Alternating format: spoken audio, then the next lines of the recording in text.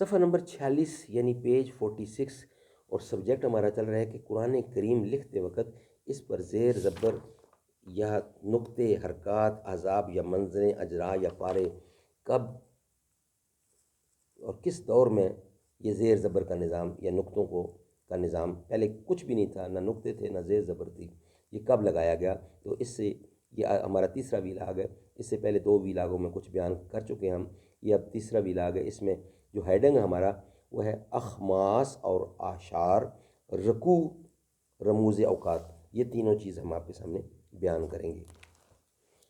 اس کتاب یعنی تفسیر کے رائٹر لکھنے والے کون ہیں؟ مفتی اعظم پاکستان حضرت مولانا مفتی محمد شفیع صاحب، معارف القرآن جو اس کتاب کا نام ہے۔ اعوذ باللہ سمیع العلیم من الشیطان الرجیم، بسم اللہ الرحمن الرحیم، الحمد للہ وکفی، سلام وسلام علی عبادہ الذین اصطفی، خیرکم من تعلم القرآن وعلمہ، بہترین انسان وہ ہے جو خود بھی قرآن پڑھے، دوسروں کو پڑھائے۔ یہ فرمایا تھا رسول اللہ صلی اللہ علیہ وسلم نے۔ تو آج کا جو سبجیکٹ ہے اس کا ہے اخماس اور اعشار۔ قرون اولیٰ کے قرآنی نسخوں میں ایک اور علامت کا رواج تھا، اور وہ یہ کہ ہر 5 آیتوں کے بعد حاشیہ پر لفظ خمس یا خے، اور ہر 10 آیتوں کے بعد لفظ عشر یا عین لکھ دیتے تھے۔ پہلی قسم کی علامتوں کو اخماس اور دوسری قسم کی علامتوں کو اعشار کہا جاتا ہے۔ علماء متقدمین میں یہ اختلاف بھی رہا کہ بعض حضرات ان علامتوں کو جائز اور بعض مکروہ سمجھتے تھے، یعنی یقینی طور سے یہ کہنا بھی مشکل ہے کہ یہ علامتیں سب سے پہلے کس نے لگائیں۔ ایک قول یہ ہے کہ اس کا موجد حجاج بن یوسف تھا، اور دوسرا قول یہ ہے کہ سب سے پہلے عباسیہ خلیفہ مامون نے اس کا حکم دیا تھا، لیکن یہ دونوں اقوال اس لیے درست نہیں معلوم ہوتے کہ خود صحابہ کرام کے زمانے میں احشار کا تصور ملتا ہے۔ چنانچہ حضرت مسروق رحمۃ اللہ فرماتے ہیں کہ حضرت عبداللہ بن مسعود مصحف میں احشار کا لفظ نشان ڈالنے کو مکروہ سمجھتے تھے۔ نیکسٹ ہیڈنگ ہے ہمارا رکوع۔ اخماس اور اعشار کی علامتیں تو بعد میں متروک ہو گئیں، لیکن ایک اور علامت جو آج تک رائج چلی آتی ہے رکوع کی علامت ہے، اور اس کی تعین قرآن کریم کے مضامین کے لحاظ سے کی گئی، یعنی جہاں ایک سلسلہ کلام ختم ہوا وہاں رکوع کی علامت حاشیہ پر حرف عین بنا دی گئی۔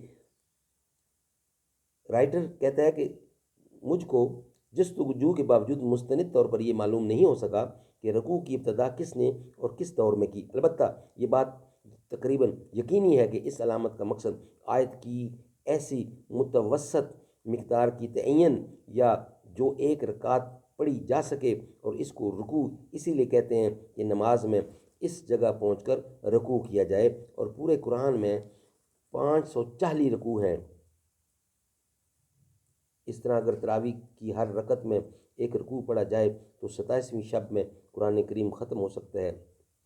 رموز اوقات، نیکسٹ ہیڈنگ رموز اوقات۔ تلاوت اور تجوید کی سہولت کے لیے ایک اور مفید کام یہ کیا گیا کہ مختلف قرآنی جملوں پر ایسے اشارے لکھ دیے گئے جن سے یہ معلوم ہو سکے کہ اس جگہ وقف کرنا، سانس لینا کیسا ہے۔ ان اشارات کو رموز اوقات کہتے ہیں، اور ان کا مقصد یہ ہے کہ ایک غیر عربی دان انسان بھی جب تلاوت کرے تو صحیح مقام پر وقف کر سکے اور غلط جگہ سانس توڑنے سے معنی میں کوئی تبدیلی پیدا نہ ہو۔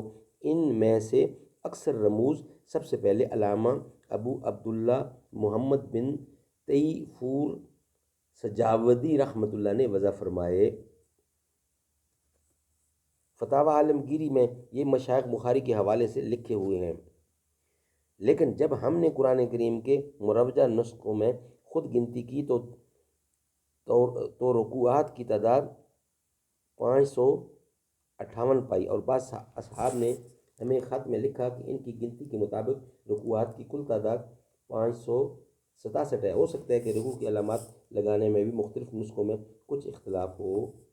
انشاءاللہ اس کا بقیہ حصہ نیکسٹ ویلاگ میں آپ کے سامنے پیش کیا جائے گا، جس میں بتایا جائے گا کہ اس کی جب آیتیں لکھتے ہیں تو بیچ میں توئے، جیم، زے، صاد، میم، لام، مہ لکھا جاتا ہے، کیوں لکھا جاتا ہے، اس کی کیا ہسٹری ہے، کیا تاریخ ہے، وہ انشاءاللہ ہم نیکسٹ ویلاگ میں پیش کریں گے۔